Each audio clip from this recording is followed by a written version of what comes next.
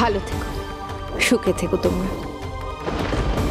মা আমাদের প্রণাম নিল না, অথচ চারু অমৃতার প্রণাম নিল, কি ব্যাপার?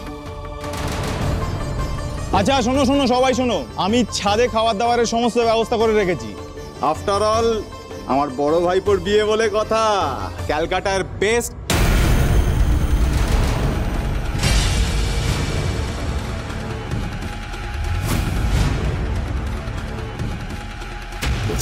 কি হলো তোমার? পড়ে গেলে কেন এইভাবে? তোমার লাগেনি তো? ঠিক আছো তো? ঠিক আছে, না লাগেনি। আমার নাম সূর্য শেখর দাস।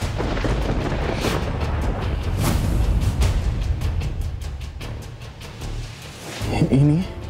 হ্যাঁ ইনি? ও ইনি তো মিশমির বাবা। এইবার কাকামণি আর কাকিমণিকে প্রণাম করার পালা। খুব ভালো থাক দুজনে, খুব সুখী হও। এইবার আমাদের আশীর্বাদ নেওয়ার পালা। আরে নিশ্চয়। ভালো থেকো বান্টি বাবলি।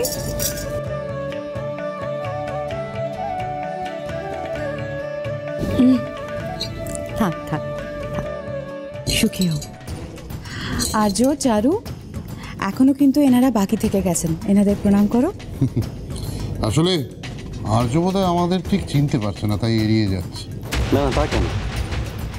আপনি তো মিশমির বাবা।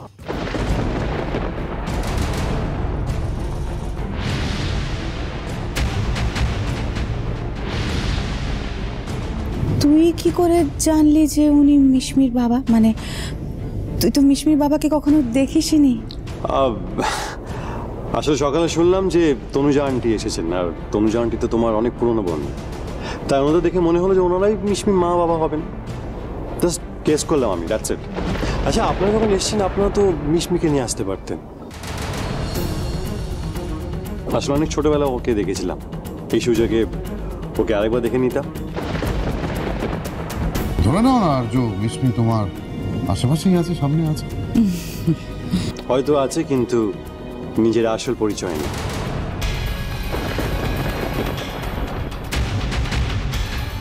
আজব, এসব কি হেয়ালি করছিস বলতো তুই? আরে আমি হেয়ালি করতে যাবো কেন? উনি যেমন বললেন মিশমি আমার সামনেই আছে ভেবে নিতে, তেমন আমিও বললাম মিশমি আমার সামনে নিজে পরিচয় থাকলে আমি নিশ্চয়ই ওকে চিনতেও পারতাম। আর মিশমি নিজের আসল পরিচয় আছে কিনা সেটা আমি বুঝবো কি করে?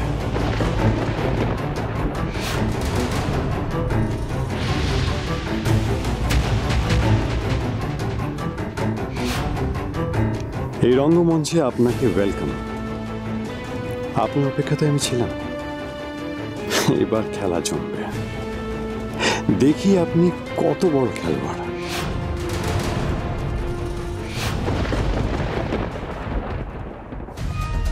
এই তো, এটাই বাকি ছিল। মেয়ের বিয়েতে বাবা মা সব একেবারে কোমর বেঁধে চলে এসেছে, আর চিন্তা কিসের? তাই তো দেখছি। তবে জানো তো, ওনাকে দেখে আমার ঠিক ভালো মানুষ মনে হচ্ছে না। কেন জানি না বারবার মনে হচ্ছে উনি ঠিক সুবিধের লোক নয়। যদিও পুরোটা আন্দাজের বশে বলছি, তবুও মনে হচ্ছে উনি খুব ভয়ঙ্কর একজন মানুষ। যাই বলো মল্লিকা, তোমার ছেলে কিন্তু একদম তোমার মতো হয়েছে। তোমার মতন তেজ, ভগবানের নামে বুদ্ধিদীপ্ত চোখ, যুক্তি দিয়ে কথা বলা, একদম তোমার মতো। সেটাই তো স্বাভাবিক সূর্যশেখর, যে আমার ছেলে আমার মতোই হবে। ও শরীরে যে আমাদের রক্ত বইছে। আমি আমার ছেলে আর্যকে যথাসাধ্য মানুষ করার চেষ্টা করেছি।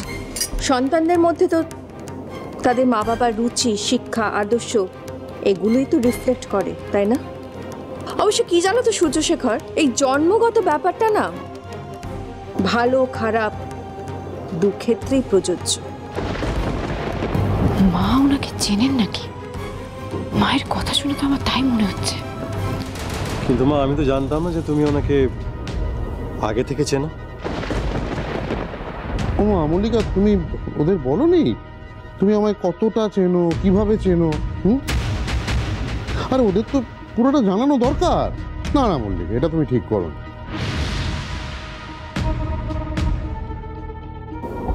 মা,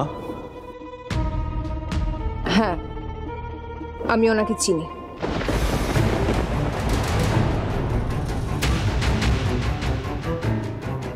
মল্লিকা, একটু সবার সঙ্গে আমার আলাপ করিয়ে দাও, তাহলে আমরা একে অপরকে চিনে যাব। এখানে তো তুমি আর সোহিনী ছাড়া কেউ আমাদের চেনে না, তাহলে ভালো হবে সবার সঙ্গে পরিচয়টা হয়ে গেলে। মল্লিকা হয়তো কোনো কারণে আপনাদের সঙ্গে আমার আলাপ করাতে চাইছে না বা লজ্জা পাচ্ছে। ভগবানের নামে সেটা কোনো বড় ব্যাপার না, আমি নিজেই আপনাদের সঙ্গে আলাপ করে নিচ্ছি। নমস্কার সবাইকে, আমার নমস্কার। আমি হলাম সূর্যশেখর দাস, আর আর্যর ছোটবেলার পরম বন্ধু মিশমির বাবা। তবে হ্যাঁ, ভগবানের নামে আমারও একজন খুব ভালো বন্ধু আছে, সোহিনী। দেখলে তো, পিসিমণির সাথে তার মানে ওনার খুব ভালো বন্ধুত্ব আছে।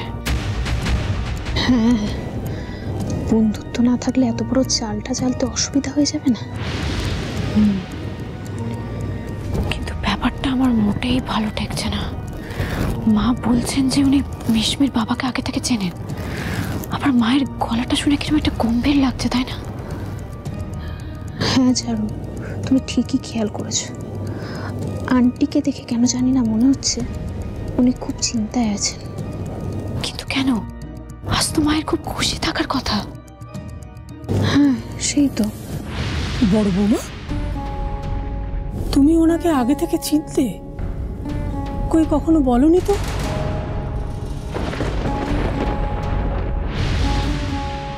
ঠামি, তুমিও চিনতে না, আমরাও চিনতাম না। মাসিমা,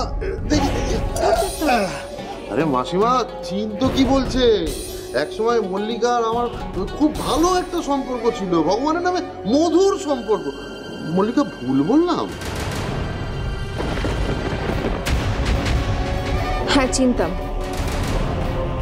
সূর্যশেখর আমাদের কলেজের সিনিয়র ছিলেন, প্রেসিডেন্ট ছিলেন। তবে ওনার এমন কিছু ক্রেডেনশিয়ালস ছিল না কলেজে যে কলেজের পরে ওনাকে নিয়ে গর্ব করা যায়। মিশমি ছোটবেলায় তনুজার হাত ধরে এই বাড়িতে অনেকবার এসেছে, কিন্তু আমার এটা জানা ছিল না যে সূর্যশেখর মিশমির বাবা।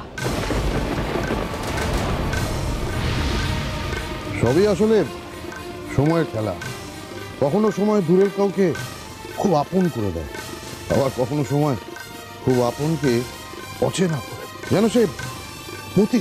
এই আজকে যেমন আমি ভগবানের নামে, তোমার মায়ের সঙ্গে তো ভগবানের নামে আমার দীর্ঘ সূর্য, বলছি যে তুমি কি বাকিদের সঙ্গে আলাপ করবে না? আলাপ পর্বটা সেরে ফেলো। আমাদের পরিবার কিন্তু নেহা ছোট পরিবার নয়। সে তো দেখতেই পাচ্ছি। তবে খুব তাড়াতাড়ি যাতে ছোট্ট পরিবারে রূপান্তরিত হয়ে যায় তার ব্যবস্থা করছি। এ হলো অংশু, আর্যর ভাই, আর ও চুমকি, অংশু স্ত্রী। এদিকে এসো। এই হচ্ছে আমার ছোট ভাই বিনয়, আর ও বানি, বিনয় স্ত্রী। নমস্কার। ব্যাপারটা কি হলো? হঠাৎ ওনাকে দেখার পরে বিনয় এরকম করছে কেন? হ্যালো বিনয় বাবু, আপনার শরীর ঠিক আছে তো? এরকম ঘামছেন কেন? না না, আমি একদম ঠিক আছি। আপনি ঠিক আছেন? হ্যাঁ, আমি ঠিক আছি। আপনি ঠিক থাকলেই ভালো। আসলে কি বলুন তো, এখানে আসার ইচ্ছেটা অনেক দিন ধরেই হচ্ছিল, কিন্তু এই কাজের ঝামেলার জন্য আসা হয়ে উঠছিল না। আসলে ওই পুরনো স্মৃতি, পুরনো সম্পর্ক, এগুলো ওই সাম দেওয়ার লোভ এত সহজে ভগবানের নামে ছাড়া যায়? মা, কাকামণি, সবাই লোকটাকে দেখে এরকম গুটিয়ে যাচ্ছে কেন? কাজ তো সকলেরই থাকে, তবে আজকে সকালবেলা এলে আমরা আরো বেশি খুশি হতাম। আর আমি তো জানতাম তনুজা সোহিনীরই বন্ধু, কিন্তু তুমিও যে সোহিনী আর মল্লিকার পূর্ব পরিচিত সেটা আমার জানা ছিল না। বলছি, আপনি যখন এসেইছেন তখন কটা দিন আমাদের বাড়িতে থেকে গেলেই তো পারেন।